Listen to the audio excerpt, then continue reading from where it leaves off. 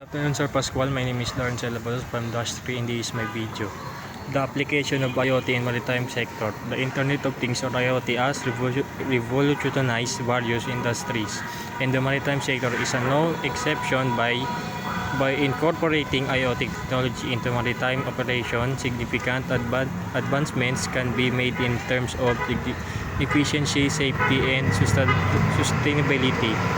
One key of application of IoT in the maritime sector is tracking and monitoring by equipping ships with IoT sensors and device real-time data on the vessel's location, speed, fuel consumption, and engine performance can be collected and analyzed.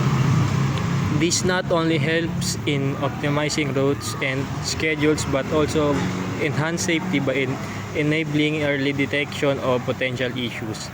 IoT can also be used for predictive maintenance of maritime assets by monitoring the condition of critical components such as engines, navigation system, and cargo handling equipment in real time.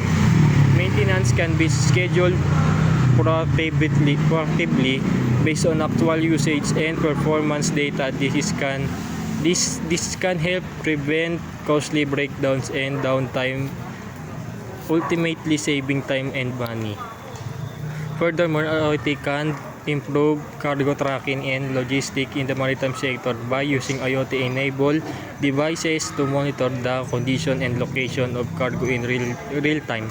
Shippers can ensure timely delivery, prevent losses due to damage or theft, and optimize storage and handling processes.